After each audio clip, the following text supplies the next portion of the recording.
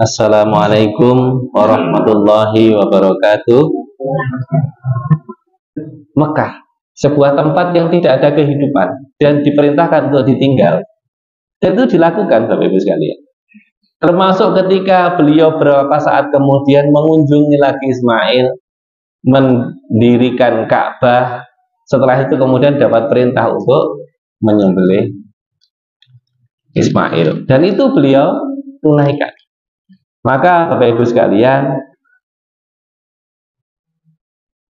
kita bisa menyaksikan betapa kepatuhan seorang yang soleh itu melampaui masa hidupnya. Maka setiap keturunan Nabi Ibrahim alaihissalam, tentu dari jalur Nabi Ishak, semuanya menjadi Rasul. Berakhir di masa Nabi Isa alaihissalam. Sementara dari anaknya yang kedua, yang namanya anaknya yang pertama itu yang kedua ya, karena ini kalau orang Kristen itu selalu beranggapan yang barep itu Ishak, yang nomor dua Ismail, yang disembelih itu Ishak, bukan Ismail. Itu keyakinannya orang Kristen, tapi sudah dibantah oleh Dr. Menachem Ali. Monggo kalau mau lihat di YouTube ada penjelasannya sangat jelas dengan dasar Taurat yang asli, maksudnya asli itu dalam bahasa aslinya yaitu bahasa Ibrani. Saya tidak akan bahas itu, tapi intinya adalah Bapak Ibu sekalian, dari jalurnya Nabi Ismail berlanjutlah sampai Nabi Muhammad SAW. Maka Bapak Ibu, mari kita perhatikan bagaimana doanya Nabi Ibrahim alaihissalam ketika meninggalkan keluarganya di Mekah. Saya pernah menyampaikan ayat ini, tapi perlu kita refresh kembali betapa dalam kondisi yang sedemikian berat, di mana zahir yang dibutuhkan adalah sarana prasarana duniawi. Dalam hal ini makanan dan minuman. Tapi yang diminta oleh Nabi Ibrahim bukan itu. Beliau berdoa, Rabbana inni askantu min dzurriyyati biwadin ghairi dzi zar'in 'inda baitikal muharramin. Ya, Rabbku, sesungguhnya aku meninggalkan sebagian keturunanku di lembah yang tidak ada tanaman, di dekat rumahmu yang mulia. Apa yang beliau minta? Rabbana liyuqimus shalah. Ya Rabb, kami jadikan mereka itu orang yang mendirikan sholat. Faj'al afidatan minan nasi tahwi ilaihim. Jadikan hati sebagian manusia cenderung kepada mereka. Warzuqhum minats tsamarati la'annahum yashkurun. Beri rezeki mereka dari jenisnya buah-buahan, semoga mereka menjadi orang yang bersyukur. Jadi dalam keadaan yang dibutuhkan fasilitas duniawi, yang beliau mohonkan adalah sholat, Bapak Ibu sekalian. Maka Bapak Ibu, ada banyak doa yang dipanjatkan Nabi Ibrahim alaihissalam, yang semuanya intinya adalah mengharapkan agar supaya anak keturunannya itu menjadi orang-orang yang taat kepada Allah Ta'ala. Misalkan dalam doa di surat Al-Baqarah ayat 128 itu, Rabbana waj'alna muslimaini laka wa min dzurriyyatina ummatan muslimatan lak wa arina manasikana wa tub alaina innaka antat tawwabur rahim. Ya Rabb, kami jadikan kami berdua orang yang tunduk patuh kepada Engkau. Ini doa dipanjatkan setelah beliau membangun Ka'bah. Jadi beliau mohon agar supaya kami berdua, itu maksudnya beliau dan Nabi Ismail, jadi orang yang tunduk patuh, dan jadikan juga di antara anak cucu kami umat yang tunduk patuh juga kepada Engkau. Jadi minta kepada dirinya, anaknya, dan keturunannya sampai masa yang sejauh mungkin. Dan kemudian minta ditunjukkanlah kepada kami cara-cara dan tempat ibadah haji kami. Dan terimalah taubat kami, sesungguhnya Engkau lah yang maha menerima taubat lagi maha penyayang. Jadi permintaannya senantiasa urusan-urusan seperti itu. Urusan ketaatan, sholat, urusan kesolihan, Bapak Ibu sekalian. Dan beliau bukan hanya meminta, tapi juga sudah membuktikan di dalam amalan yang beliau kerjakan. Akan tetapi Bapak Ibu, satu hal yang perlu kita pahami juga, doa yang beliau panjatkan ini setelah melampaui ujian yang sedemikian luar biasa, ternyata kabulnya tidak segera. Pelajaran bagi kita betapa doa itu Allah yang paling mengerti, paling paham apa yang terbaik yang mesti terjadi, bukan mengikuti selera atau kehendak kita. Setiap mukmin harus yakin setiap doanya diijabah oleh Allah Ta'ala. Yang perlu menjadi kefahaman dan pada akhirnya harus jadi keyakinan adalah bahwa doa itu pasti ijabah. Hanya bentuk ijabahnya itu urusan Allah, sekehendak Allah mau diijabah dengan model seperti apa dan kapan saatnya.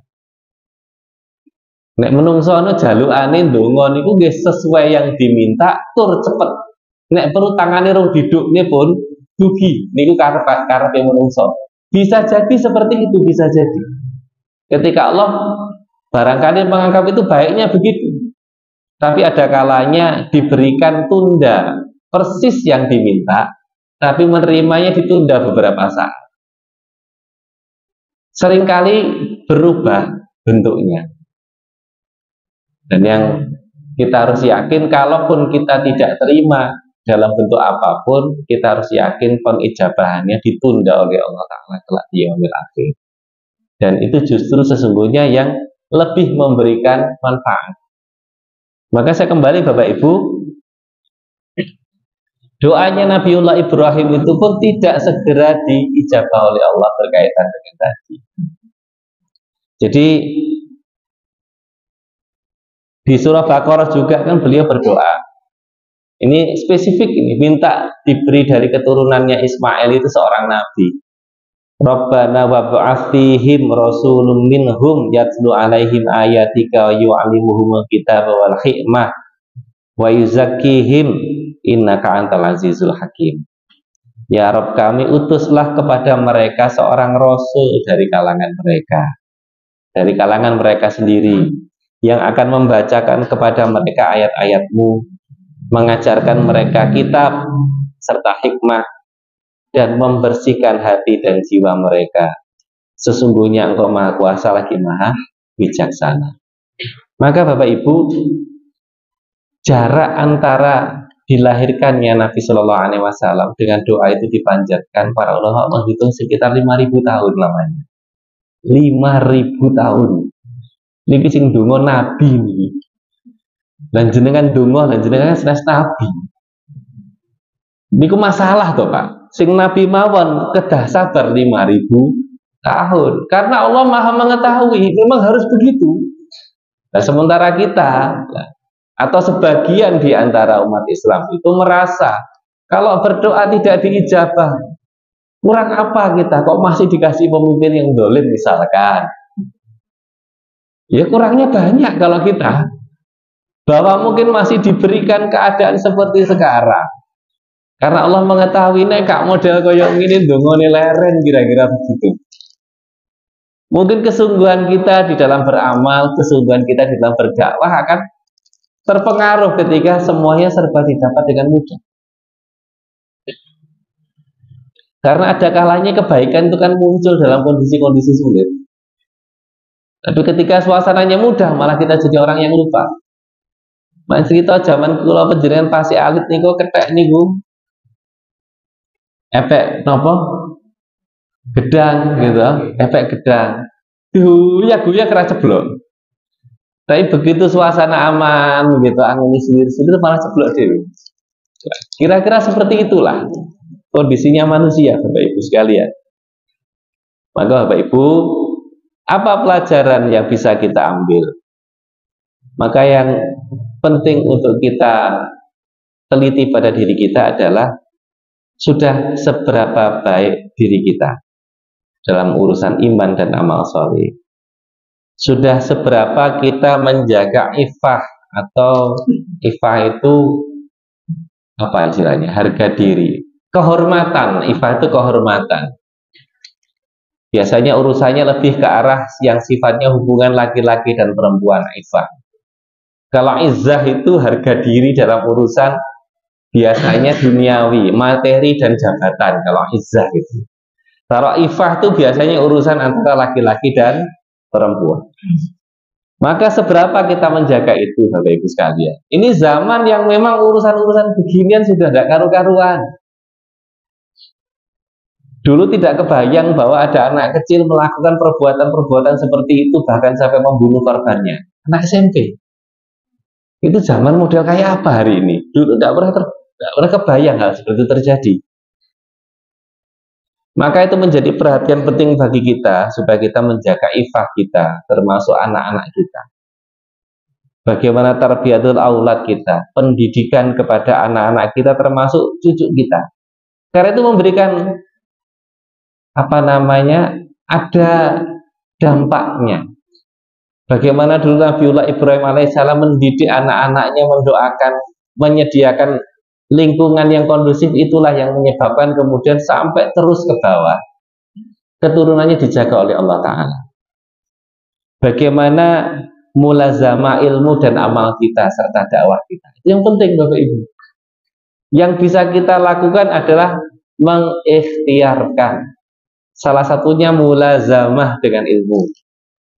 Mulazamah itu melazimkan diri Bapak Ibu. Lazim itu biasa, dekat, lekat, itu namanya lazim. Mana jenengan sampun dados ahli majelis taklim niku pun alhamdulillah niku sudah mulazamah dengan ilmu. Nek cara Jawa niku nyantrik pun gampangane ngaten. Bahasa Arab itu ku mulazamah. Ngetutke nek zaman dulu, nek saat ini mboten mungkin jenengan ngetutke ustaz, ngetutke kiai mboten mungkin.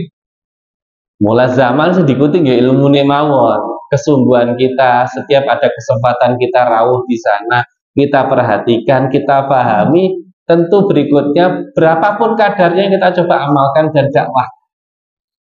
Ini yang penting Bapak Ibu sekalian. Maka Bapak Ibu sekalian, kesungguhan itulah kemudian yang akan menyebabkan Allah Ta'ala memelihara keadaan keluarga kita Bapak Ibu sekalian. Maka ayatnya sering saya sampaikan kepada Bapak Ibu bahwa balasan bagi orang-orang yang solih, yang beriman adalah juga diberikan oleh Allah dzurriyyah solihah, keturunan yang juga solih. Dan dzurriyyah solihah itu bukan cuma jadi qurrata a'yun, peneduh pandangan mata, tapi yang jauh lebih penting bahwa dzurriyyah solihah itu bisa menjadi wasilah syafaat. Itu yang penting Bapak Ibu, wasilah syafaat.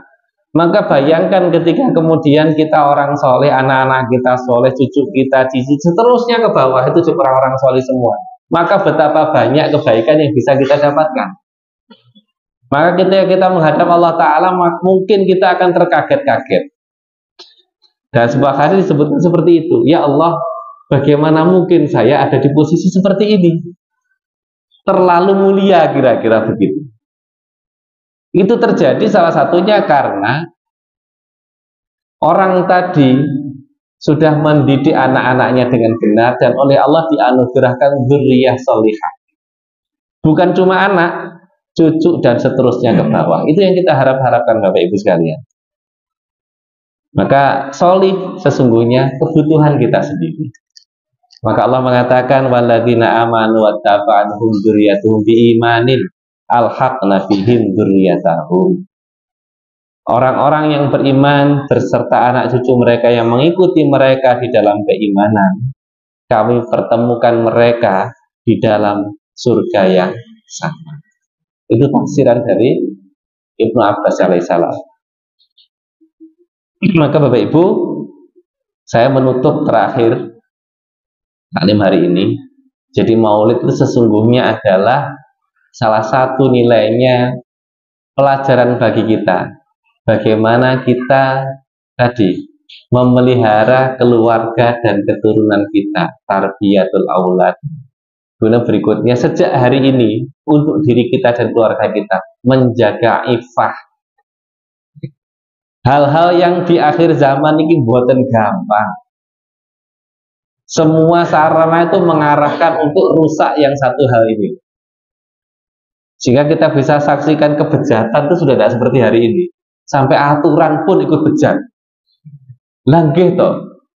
Peraturan pemerintah kok menyediakan kontrasepsi untuk anak usia sekolah. Ini kalau wis rusak gak karu-karuan. Meskipun akhirnya diralat mengatakan hanya yang sudah menikah, tapi saya tidak percaya. Itu ngomong begitu kan gara-gara terpojok. Saya sudah baca PP-nya, saya sudah baca penjelasannya. Di penjelasannya tidak ada keterangan, yang ada cukup jelas. Berarti kan cukup jelas bahwa diberikan kepada anak sekolah. Tidak ada keterangan bahwa kemudian pemberiannya hanya untuk yang sudah menikah. Maka Bapak Ibu, disinilah maka peran kita. Disinilah peran kita untuk terus tadi mendakwahkan amar ma'ruf nahi munkar dengan segala cara. Nek milih pemimpin nggih dipilih mawon, Pak. Bahwa ada korupsi surusane, korupsi. Yang penting itu kita pilih orang-orang yang aman dalam urusan keimanan dan umat. Kalau dia aman untuk umat, ya sudah, kita pilih saja, tidak apa-apa. Zaman pun rusak, bahwa beliau-beliau itu seneng korupsi, ya monggo korupsi, ya kono. Sepenting kita jangan meri, jangan pengen. Kalau tidak ada wakilnya ya susah loh, Pak. Itu kemarin di Jakarta, rumah sakit Medistra dilarang pakai jilbab kan, Pak. Si bengok sinten. Mau tidak mau, ya memang hidup tidak pernah ideal. Milih pemimpin ideal tidak ada hari ini, mau kita juga tidak ideal. Kenapa sekarang rusak kayak gini? Ya masyarakatnya rusak, di amplopi pun manut mawon. Itu kan salahnya sendiri sebetulnya. Karena pemimpin yang dolim itu sesungguhnya kan cerminan dari rakyatnya yang juga dolim. Begitu juga sebaliknya. Maka yang paling penting bagi kita tetap berbuat, Bapak Ibu sekalian. Tadi kembali menjaga iffah. Betul Pak, nek gateknya ayu Pak, wis ta. Setiap saat tuh edisi baru muncul Pak. Edisi baru muncul nek entek. Bahwa nek sing ayu tetap ketok ayu itu memang syahwat memang. Syahwat itu sesuatu yang memang disenangi dan memang itu tabiat, kecenderungan. Kata Allah zuyyina linnas hubbus syahawati minan nisa wal bani dan seterusnya. Memang dijadikan indah dalam pandangan mata manusia. Yang penting bagaimana mengelola dan kita mampu menahan diri. Mujahadatun nafas itu yang paling penting. Nah, kalau itu sudah dikerjakan, insya Allah semoga keberkahan dari amal kita itu turun sampai ke anak cucu kita.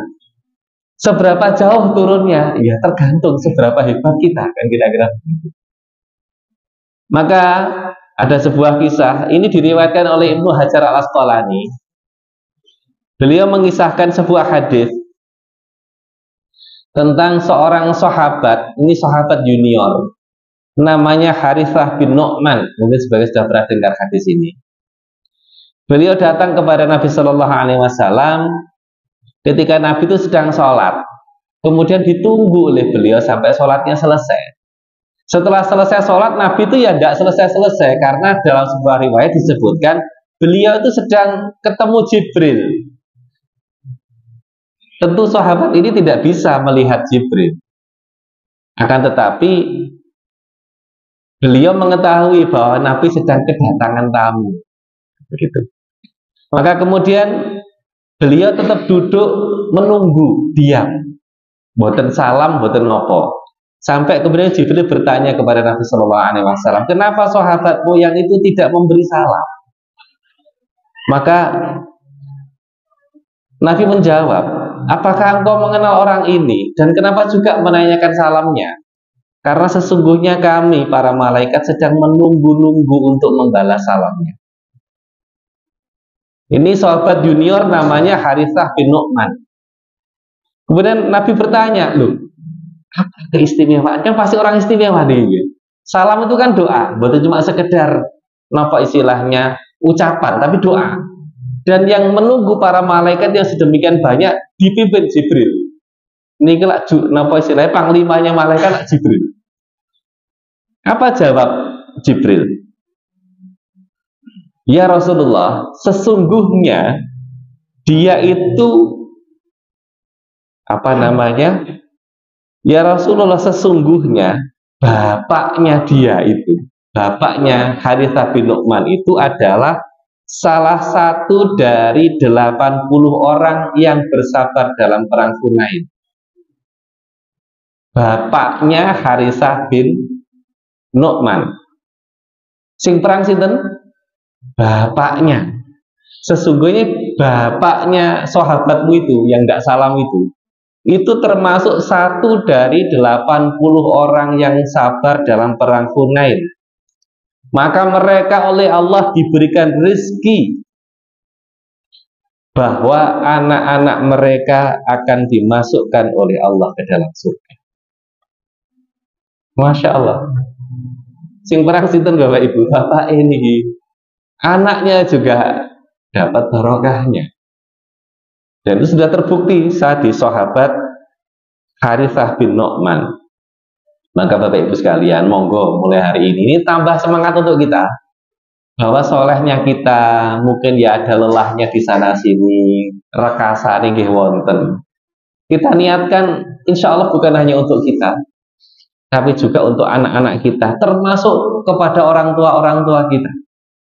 Karena kesolihan yang kita hasilkan itu akan sampai kepada orang tua kita. Bahkan meskipun ketika jenengan tidak berdoa untuk mereka, tapi yuk kebacut ya Kak Dongo. Tapi akan sangat luar biasa ketika bukan hanya cuma doa yang diucapkan dengan lisan, tapi juga dibuktikan dengan amal.